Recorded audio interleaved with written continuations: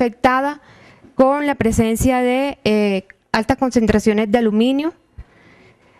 El rango óptimo de pH observado para el desarrollo del cultivo de higuerilla fue de 5,5 a 6,7. Por lo tanto, a pH inferiores a 5,4 se vio afectado el desarrollo normal y el rendimiento del cultivo. El cultivo presenta muy buen desarrollo en suelos con altos contenidos de materia orgánica. La presencia de capas endurecidas o suelos con problemas de compactación constituye una limitante para el desarrollo del cultivo. La caracterización de los suelos en pruebas de evaluación agronómica, entonces ya ampliamos un poco lo que fue la cobertura de este tipo de evaluaciones. Ya incluimos 2 localidades en el Caribe y localidades diferentes aquí en Antioquia. Tenemos el Llanos Orientales y nuevamente en el Tolima. De esta primera parte, la variabilidad de los suelos donde fueron ubicadas las pruebas fue bastante amplia. Entonces empezamos por la localidad de Río Negro. Tenemos, son suelos donde están ubicados los experimentos con cierto grado de pendiente y con clases texturales más o menos débiles a moderadas y condición de profundidad efectiva superficial. Para el caso del Peñol, ya pasamos a una condición un poco de mayor pendiente. Estamos hablando pendientes entre el 50 y el 75%. Son suelos bastante inclinados, moderadamente profundos y con estructuras débiles, debido pues a su posición y la ubicación dentro de la posición geomorfológica. Para el caso de Bello, tenemos suelos moderadamente profundos, o sea, los materiales fueron expuestos como a diferentes condiciones de suelo y mirar cuál era su potencial para que pudieran desarrollarse en los diferentes ambientes. Para el caso de Copacabana en Antioquia, suelos de altas pendientes, poco profundos, grado de estructura débil. En Cereté, en el Caribe, entonces suelos con una condición de pendiente completamente planos, muy pobres en drenaje, profundos y de una condición estructural moderada, un poco, digamos, en cuanto a fertilidad más favorable. En Santa Fe de Antioquia, pendientes del 3 al 7%, moderadamente profundos, drenajes de medios a bien drenados, dependiendo del caso.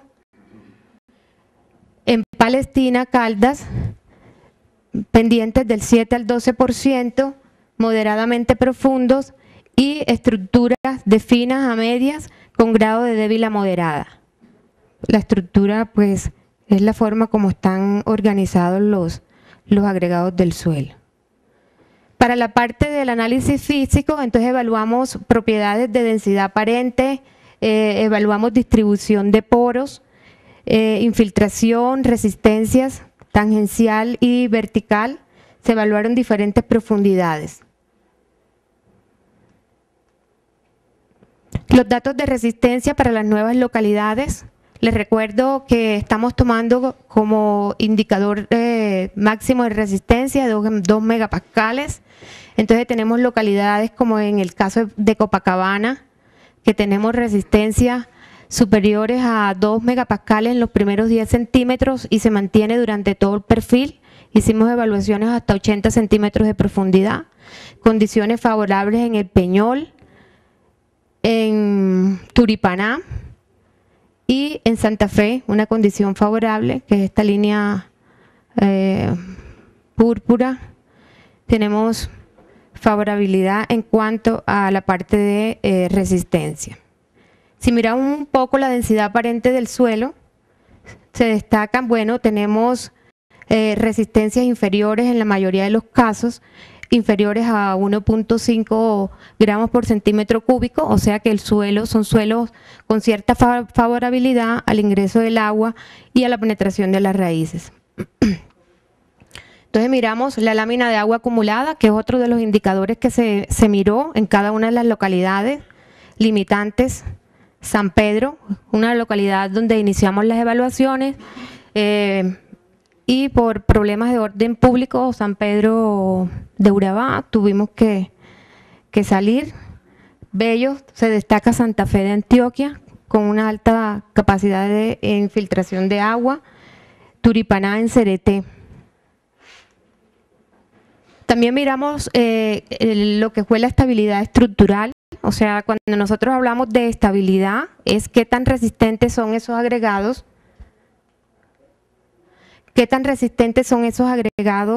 a el impacto del agua y de pronto también al laboreo. Entonces, pasamos de las diferentes condiciones de estabilidad estructural en Bello, ligeramente estable, moderadamente estable y muy inestable en el caso de Turipaná. Entonces, esta estabilidad, como les mencionaba, es qué tan resistentes son estos agregados a cualquier modificación que se pueda hacer. En la medida en que nosotros tengamos un indicador de estabilidad hacia condición estable, es más favorable, porque cualquier modificación que se pretenda hacer al suelo, estos agregados van a resistir mucho más y nos van a mantener, si se hace cualquier tipo de labor como una labranza, se van a mantener más en el tiempo. O sea, se reduce la frecuencia con que el suelo requiera ser manejado. En cuanto a fertilidad, bueno, miren, destacamos condiciones de pH. Recuerden que de la primera fase tenemos un indicador que por debajo de 5,4 tenemos problemas para el crecimiento del cultivo de higuerilla, y la localidad de San Pedro teníamos pH de 5. Esta localidad, como les comenté, salió de los lugares de evaluación. Materia orgánica, destacamos materia orgánica. Turipaná y Nataima con los más bajos contenidos de materia orgánica debido pues a la condición de clima y a la formación del suelo. Evaluamos distribuciones de raíces. O sea, yo les mencionaba que la raíz es un indicador de qué tan saludable está un suelo o no, la calidad del suelo. Entonces, incluimos en esta segunda fase lo que fue la evaluación de raíces. La hicimos con un cilindro de volumen conocido y determinamos a diferentes profundidades cómo estaban distribuidas estas raíces. Entonces miremos, trabajamos de 0 a 15, de 15 a 30, los primeros 30 centímetros en cada una de las localidades. Copacabana, El Peñol, esto está relacionado, como les mencionaba, con la parte de química y física. Si tenemos una condición de química y física favorable, ellas también tendrán. O sea, tenemos el mayor porcentaje de raíces en la primera capa de suelo.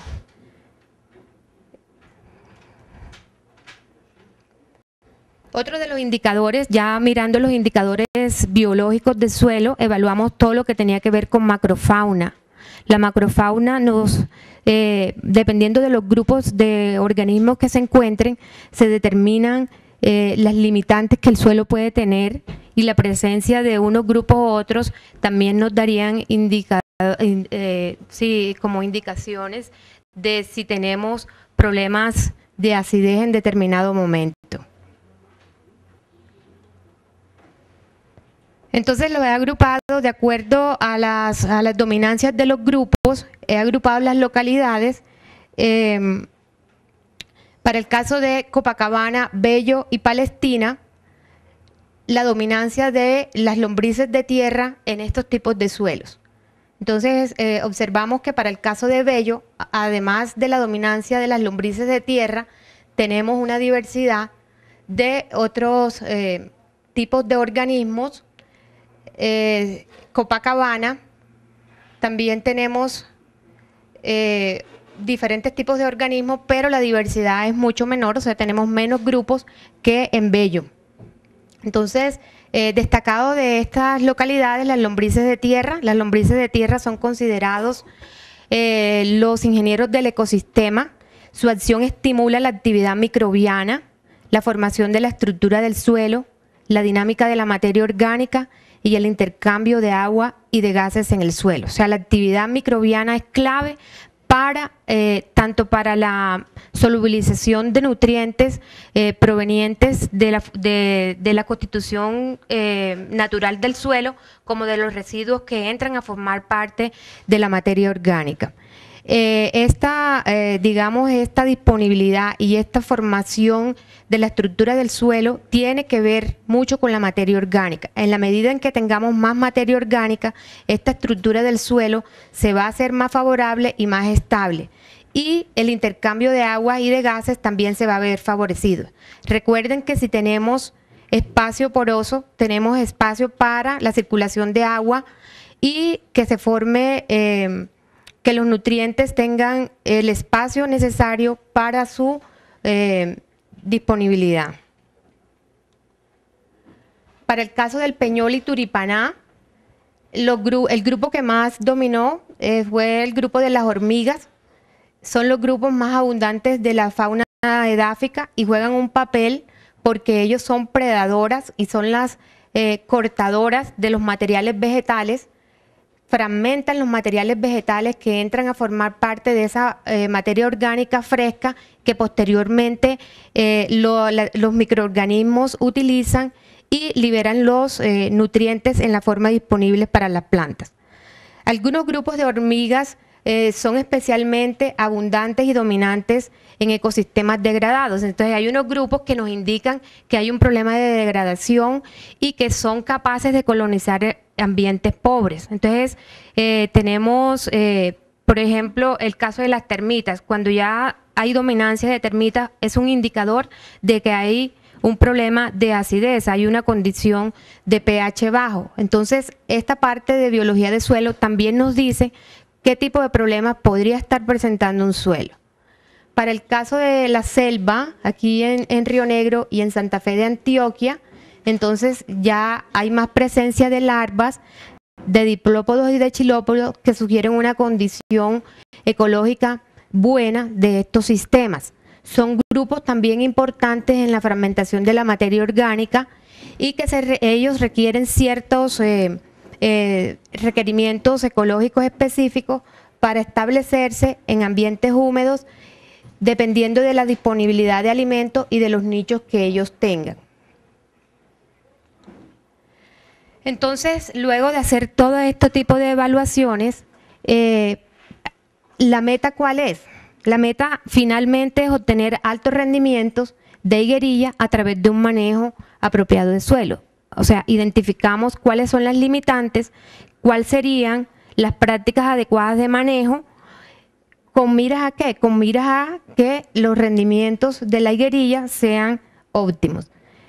Obviamente con el uso de materiales adaptados a condiciones climáticas y edáficas. Por eso se ha sometido un grupo de materiales a diferentes ambientes y estos materiales se han seleccionado de acuerdo a la capacidad que tienen ellos para resistir las diferentes variaciones, tanto edáficas como del ambiente como tal que se les presente. Bueno, eso era todo lo que quería compartir con ustedes. Si tienen algún comentario, alguna pregunta, con mucho gusto.